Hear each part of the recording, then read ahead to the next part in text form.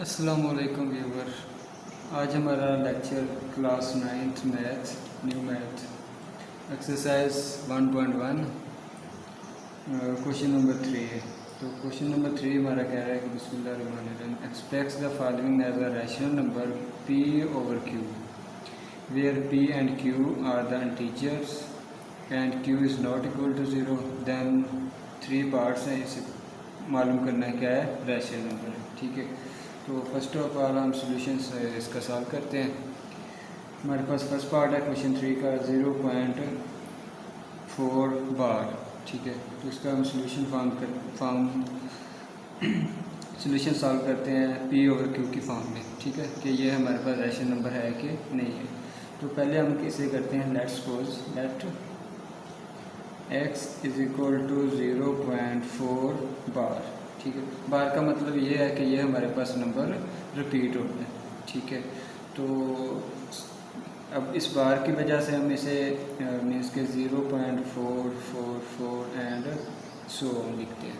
ठीक है, इस लिखने के बाद हम ऐसे करते हैं कि इस नंबर को हम दे देते हैं इक्वेशन नंबर 1 का नाम। ठीक है, और इस इक्वेशन 1 से हम मल्टीप्लाई करवा देते हैं। हमारे पास पॉइंट के बाद डिजिट है 1, डिजिट 1 होने की वजह से हम इसे 10 से मल्टीप्लाई करवाते हैं। ठीक है, तो लिहाजा हम इसे कहते हैं कि multiply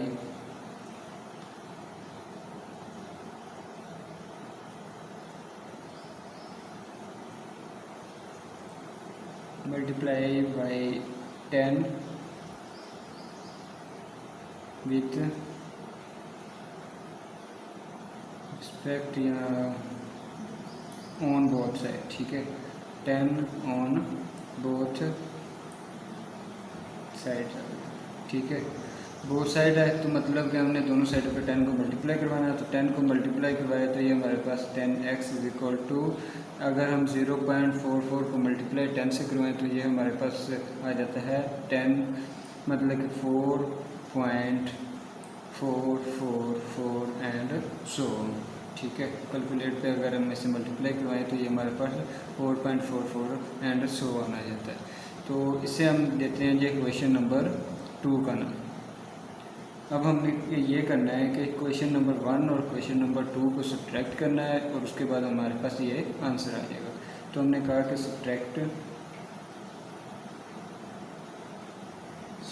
subtracting equation 2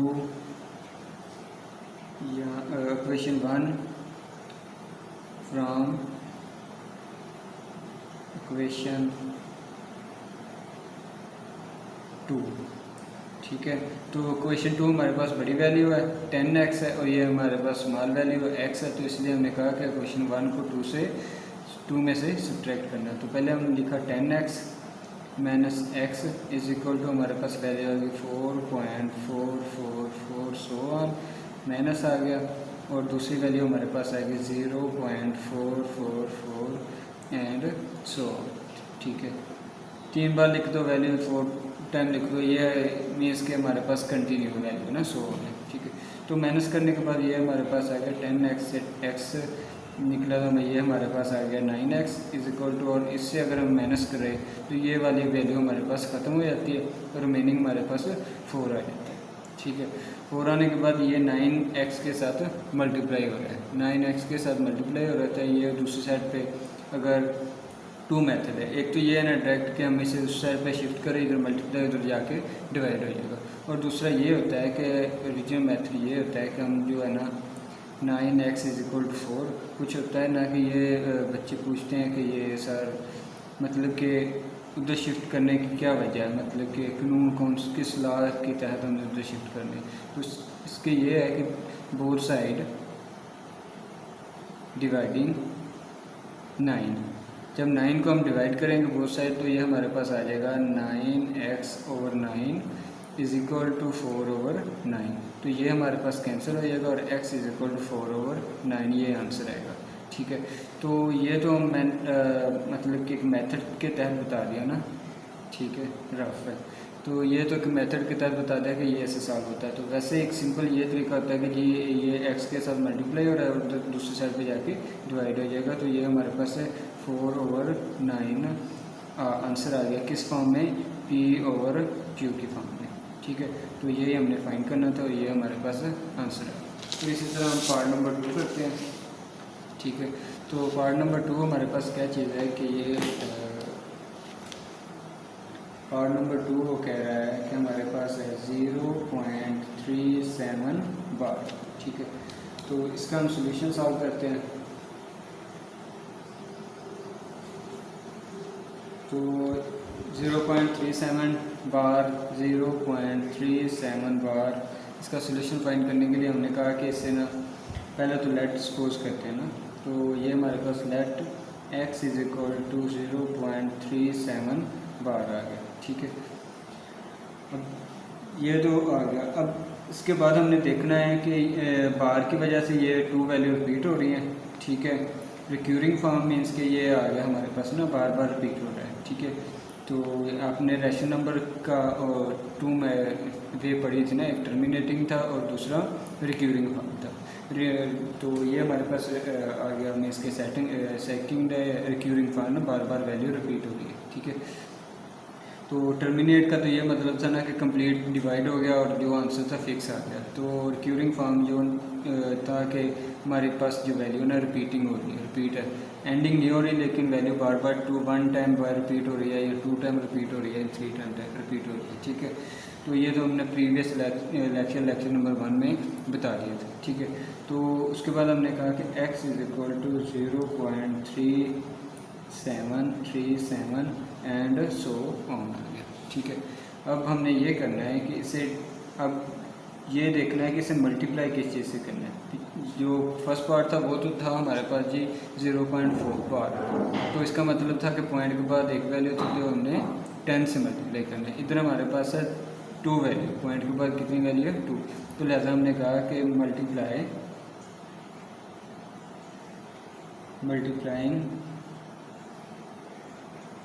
100 by 100 on both side, दोनों साइडों पे 100 को मल्टीप्लाई करवा देना है। उसकी वजह ये थी कि हमारे पास ये था 2 वैल्यू थी, पॉइंट के बाद 2 वैल्यू थी, तो इसलिए हमने कहा कि इसे 100 से मल्टीप्लाई करवाया। तो ये हमारे पास आ गया 100x = अगर 0.3737 से मल्टीप्लाई करवाएंगे कैलकुलेट पे तो ये हमारे पास आ जाएगा 37.37 एंड सो। ठीक है, तो इसको हमने कहा कि ये हमारे पास इक्वेशन नंबर 1 है। अब ये हमारे पास आ गई थी इक्वेशन नंबर 1। ठीक है, तो अब हमने कहा कि ये इक्वेशन नंबर 1 है। ठीक है, और ये वाली ये इक्वेशन नंबर 2 है और ये फर्स्ट वाली जो थी वो हमारे पास इक्वेशन नंबर 1 आ गई। ठीक है, तो उसके बाद हमने कहा कि सब्ट्रैक्ट करना है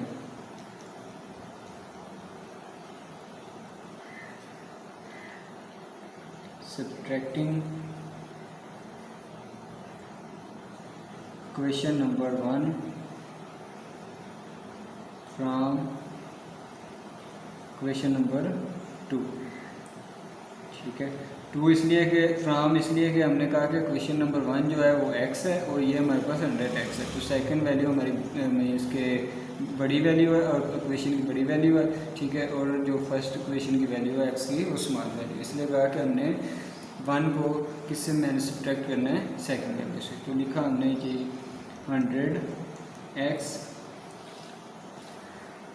100x आ गया और इधर x आ गया फर्स्ट का और इधर वैल्यू आ गई हमारे पास 37.37। ठीक है, 37.3737 सो ऑन, और सब्ट्रैक्टिंग हमारे पास आ गया 0.3737 एंड सो ऑन। ठीक है, अच्छा एक और चीज़ है कि जो पॉइंट के बाद की वैल्यू होती है ना उसे सिंगल डिजिट के साथ मतलब कि ना पढ़ा जाता है।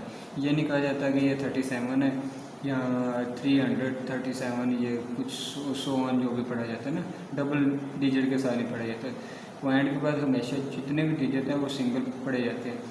तो ये हमारे पास 3737 ऐसे आ गया। ठीक है, तो इसे माइनस किया तो ये हमारे पास आ गया 99x और इससे अगर 37.3737 से 0.3737 कैलकुलेट पे अगर हम सब्ट्रैक्ट करते हैं तो ये हमारे पास आ जाता है, ये वाली वैल्यू कैंसिल हो जाती है 3.3737 से 37 और रिमेनिंग बचती है हमारे पास 37। ठीक है, तो उसके बाद हमने कहा कि इस वैल्यू को 37, ये 99 है, ये तो आपको पार्ट नंबर 1 में भी बताया था कि इसे कैसे उधर शिफ्ट करना है। तो लिहाजा ये सिंपल फॉर्म यही है कि 99 को उस साइड पे शिफ्ट किया, इधर मल्टीप्लाई हो रहा है, उधर जाके डिवाइड हो गया। तो x इज इक्वल टू हमारे पास 37/99 आ गया।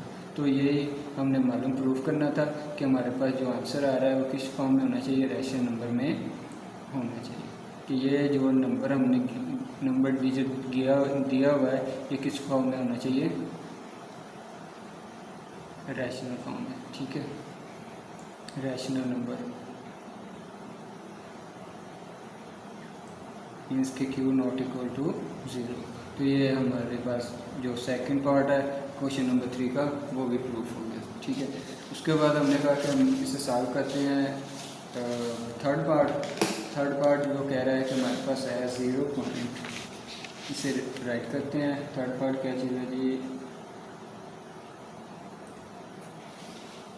0.21 बार आ गया। ये भी सेकंड पार्ट के मीन्स के सेम ही है ना, क्योंकि उसमें 2 डिजिट रिपीट हो रहे थे और इसमें भी 2 डिजिट रिपीट हो रहे थे। एक बार फिर क्वेश्चन बताया, express the following as a rational number p और क्यू। मीन्स के जो गिवन नंबर है उसे एक्सप्रेस मीन्स के उसे मालूम करना है कि ये रैशनल नंबर हमारे पास है भी है कि नहीं भी है, जबकि p and q are the integer and integer number है। ठीक है, and q is not equal to 0। अगर q नॉट मीन्स के 0 हुआ तो इसका मतलब ये तो हमारे पास रैशनल फॉर्म में नहीं आएगा ना, बटे की फॉर्म में नहीं आएगा, तो इसलिए q। तो इसे हमने कहा कि लेट सॉल्यूशन फाइंड किया। ठीक है, तो सॉल्यूशन हमारे पास आ गया जी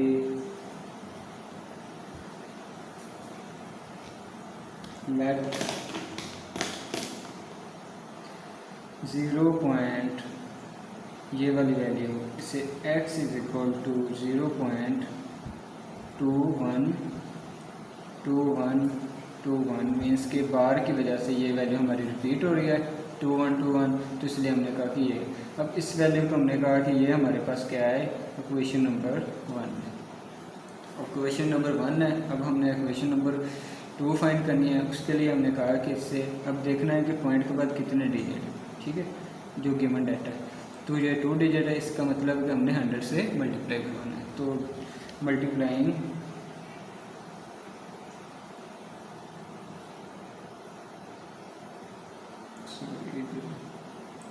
आई है ना, ठीक है, मल्टीप्लाइंग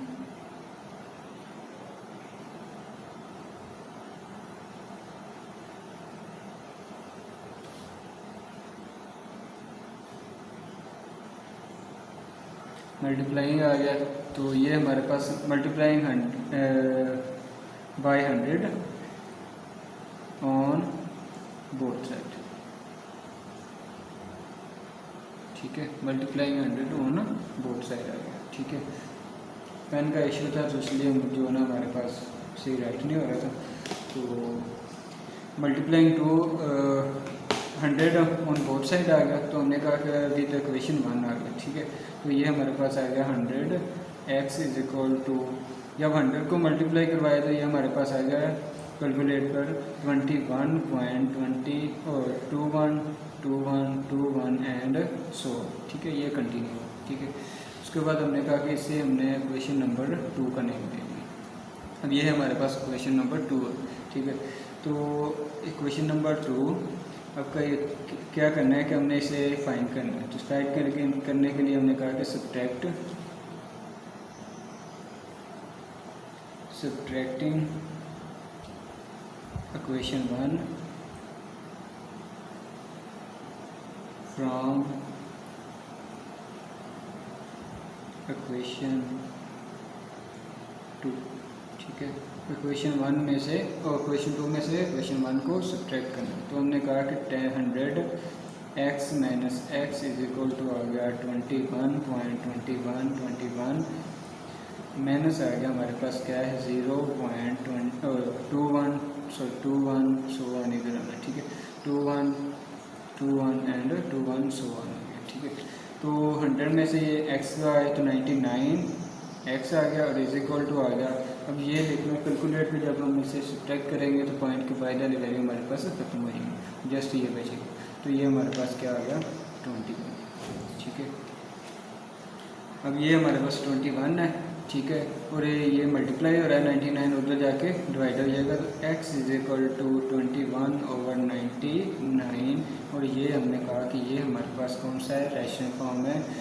रैशनल फॉर्म में प्रूफ हो गया कि ये p और q की फॉर्म में हमें मिल गया आंसर।